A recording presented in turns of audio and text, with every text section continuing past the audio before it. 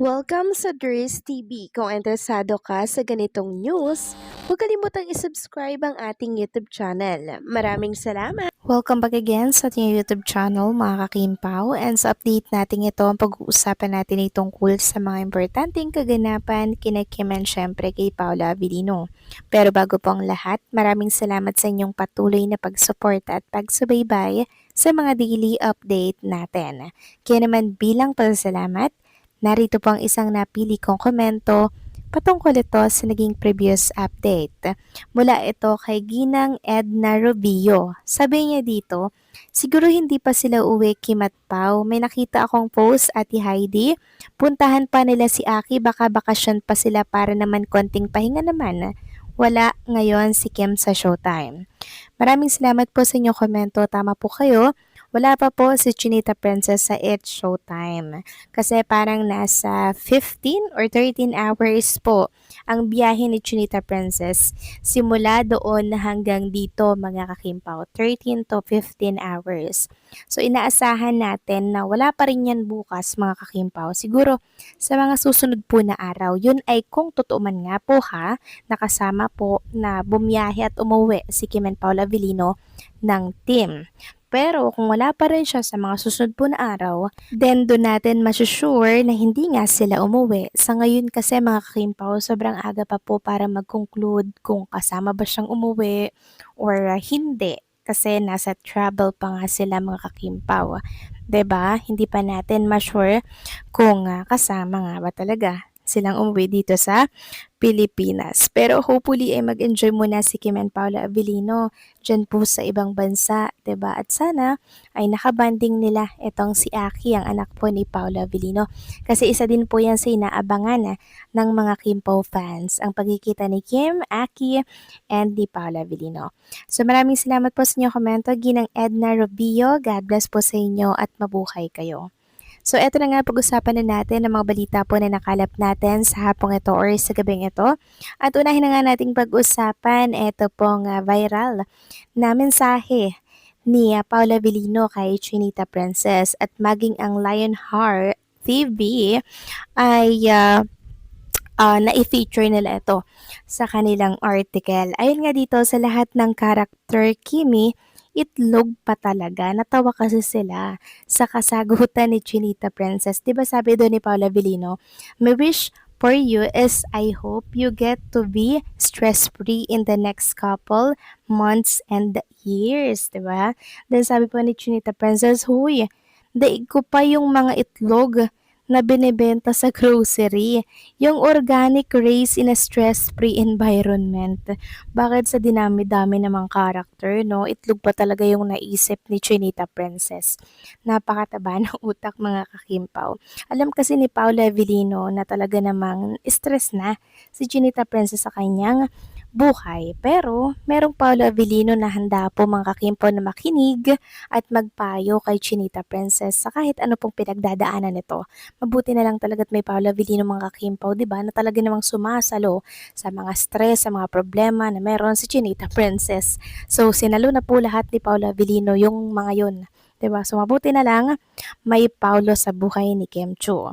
Samantalang si Poca naman, si Poca Rafael ay lubos po ang pasasalamat kay Chinita Princess at kay Carmel dahil pirinomote nga po itong event ni Poca Rafael dito po mga kakimpaw sa Virginia, USA.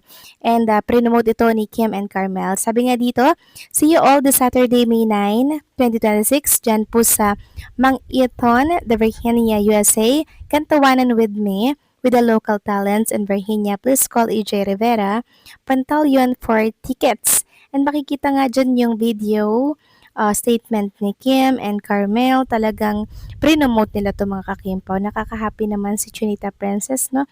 Talagang kung meron siyang maitutulong, ipopromote at ipopromote niya talaga. Kaya naman maging si Poca Rafael napapa-comment sa mga post ni Kim Chu.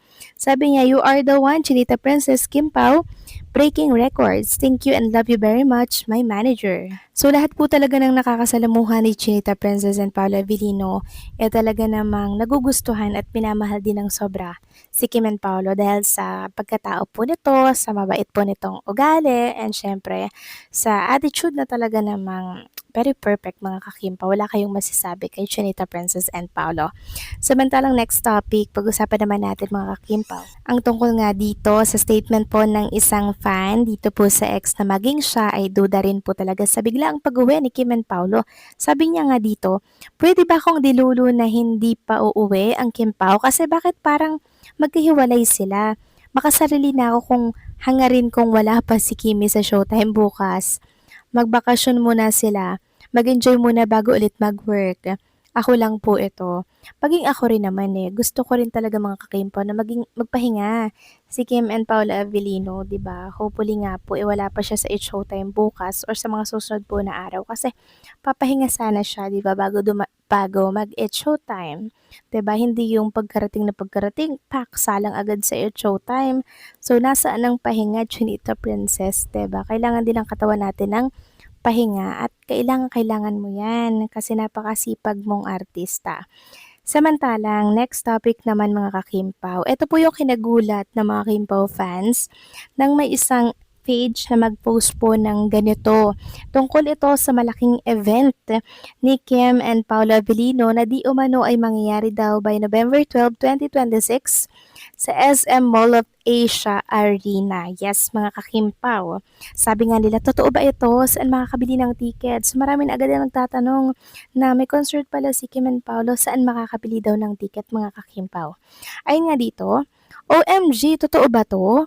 May concert sila sa Araneta this coming November.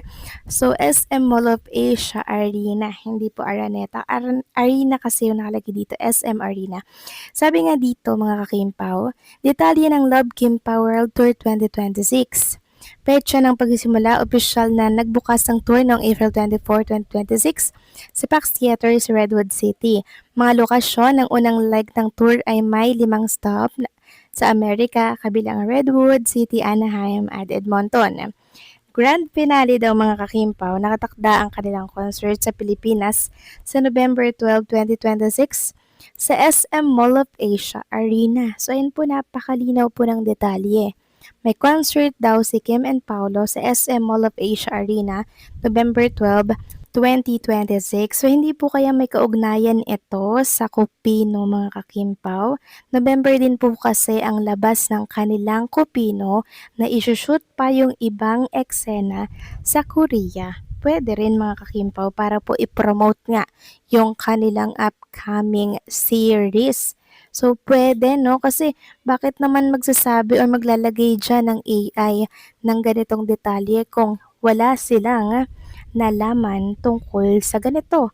'Di ba? Well, tingnan natin mga kakimpo ang kumpirmasyon mula mismo kay Kim and Paolo kung may katotohanan nga ba itong concert nila sa SM Mall of Asia Arena by November 12, 2026. Kayo ba mga kakimpaw, excited na ba kayo dito kung totoo? Please comment down below.